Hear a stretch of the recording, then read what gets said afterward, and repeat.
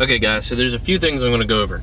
So the first one is the Honda link, or the Honda hatch, so pretty much where the computer of this car is hacked to have, I guess, like the tuner and everything, so you can have different gauge layouts. Right now it is not showing any numbers, but it is, I think I broke it, I'm not sure, but it's set to like Back to the Future. If you recognize that, This Is Heavy is actually from a line from Back to the Future. You got to drag your finger across it. Kind of the only thing I don't like. I wish it was more like touch sensitive, but you can switch your layouts to different things. Kind of like my tuner, you can have like just your different like RPM here and what it's reading and stuff like that. So I don't know if it's okay, it's not reading anything right now, but it's showing you that you're in first gear.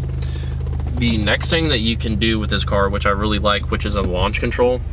So you put your foot all the way to the floor on the clutch, so you hold the clutch in and then you hit cancel. So watch the speedometer go up, and then you can raise it just like that by pressing right here. You go up or down. So we'll set it at 4,500, and then you just hit cancel one more time, and then it sets it right there. And now my favorite, traction control. To actually turn off traction control fully, to turn off traction control all the way. So it's a bit of a process. So all right, you hold this off, right? Now you turn this off. Then you come over here, hold this once, hold this again, and you do this again. Set the e-brake on. Hold this, hold it again, and then from my understanding, do it again and again. So it's flashing right there. I don't know if you guys, yeah, you should be able to see. So it's flashing, so that indicates that traction control is fully off. So let's get into this review.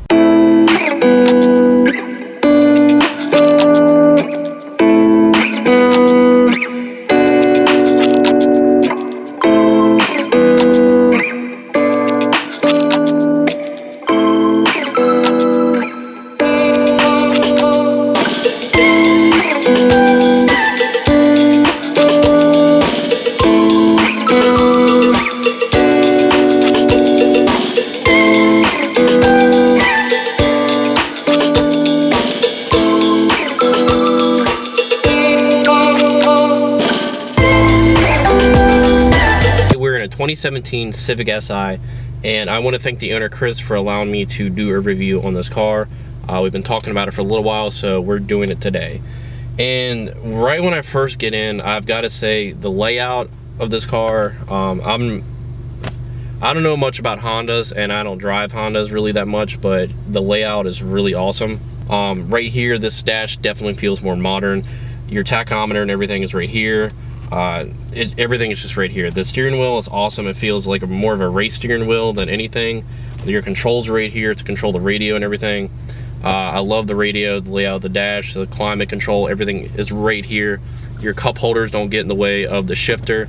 Now this is a stock shifter. It feels more like a short throw shifter, honestly. It's with the stock transmission, and this is a 1.5 non-VTEC turbo car. Now it has a stock turbo still, but like I said in the beginning of this video, this car has the K2 tune from Honda, so it has a Honda link and everything, and the format like I showed you in the beginning of the video.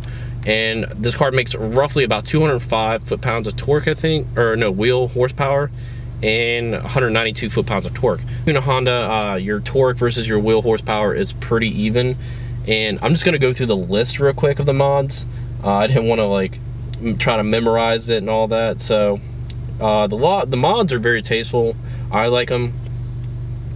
And the cool thing about this car, there's two cool things that I'm getting at. So this is a 1.5 liter, and it makes 299 wheel horsepower to the front of the wheels, and this makes 330 foot-pounds of torque. It has a few cosmetic mods like the Honda Delete badge and all that. It's got the K-Tuner V1.2. It's got a two-step performance stage 2, and that is with the sport button, which I didn't know. So you hit the sport button right here and it puts you into stage 2 mode. I took traction control off, and another thing that I like, you can set the rev limiter. So I had it set at 4,000, and we're gonna set it at 5,500. It's on a mixture, so 35 to 40%. It has a Clutch Masters FX 350 stage 3 clutch. Like, say all these mods really fast 3 times, and I guarantee you'll have like a tongue twister going right here. But it's got it has a lightweight aluminum flywheel, the RV6 catless FP downpipe, and to match it off, a MagnaFlow catback exhaust that sounds really awesome. That sounds good. And then it's paired with a PRL front mount intercooler and the PRL cold air intake race mass airflow. Wrapped in Firehawk tires. So the suspension on this car is stock, and the tires, they're just Firehawk tires. They're not, you know, like Nittos or Toyos or something like that, Mickey Thompson. So they're not gonna be the best tires, but we're gonna see what this car can do out on these roads. You gotta love that. And also the exhaust, so you would think being a Honda, the downpipe and having a MagnaFlow catback, you know, 330 foot-pounds of torque isn't a lot of power nowadays, but out of a 1.5 liter motor, I think that's pretty impressive. And it's a small motor, and the best thing about it, on E85, you're still getting really good gas mileage. Roll into this one, just driving this car around a little bit before I started recording it and stuff like that, the power is just instant. And I feel like it's better being the non-VTEC motor because you don't have to work for the power to hit VTEC. The power is instant, there's no torque steer, and the car just wants to go. So we're gonna roll into this one.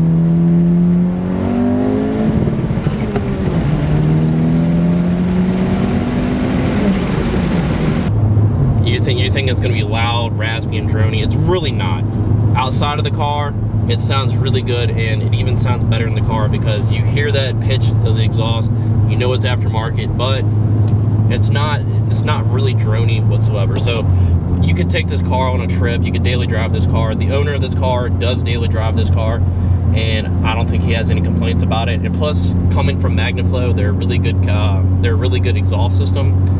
I've heard them on plenty of Mustangs, which I'm around all the time, and I can't say any negative thing about them. But the main thing that I love about this car is the turbo blow-off valve. I love the turbo sound. It just sounds like the car is sneezing all the time. And let's do another roll.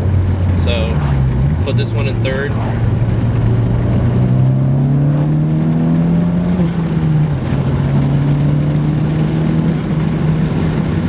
But just being in this car, guys, like just going around on stock suspension, I can only imagine if this car was lowered on springs, like skunk suspension or something like that, it would perform a hell of a lot better. But I mean, stock, it's performing really great. Going around these turns, I'm not experiencing really torque steer at all. When you're in this car, you downshift and you just hit the gas, it just wants to go. There's no lag whatsoever. And being for a turbo car, there's no turbo lag, whatever. So whoever tuned this car did a really great job. The car feels honestly amazing. This car feels great. Guys, I think I covered pretty much everything with this car. What I'm gonna do is I'm gonna take it down another road, and I'm gonna give you a couple more shots of the, or just the exhaust clips, if you want to just say it like that. Another neat little feature I noticed on this is, so if you press the blinker to the left side, the camera doesn't come up right here where the touch radio is. But if you do it on the right side, there's a camera on the mirror that shows you if you're good or not to cross traffic, or if you're turning or something like that. I thought that was kind of neat. Nothing big, but I really love this exhaust.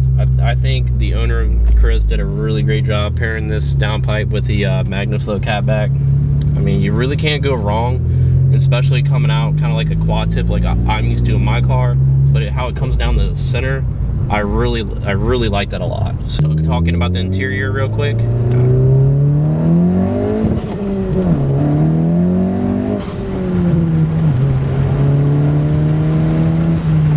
Out of any car that I've ever reviewed or anything, this is by far my favorite. And it's, I don't know, this car is just by far my favorite that I've reviewed so far. And what I wanted to talk about last about the interior was driving up and down these roads. I think Honda's come a long way with their interior. Like I said, the dash and everything is complete. I love how the gauge layout is. The steering wheel complements it very well. So does the radio. The shifter is smooth. And the seats are the big thing that like kind of sells me on a car. Is a really good selling point.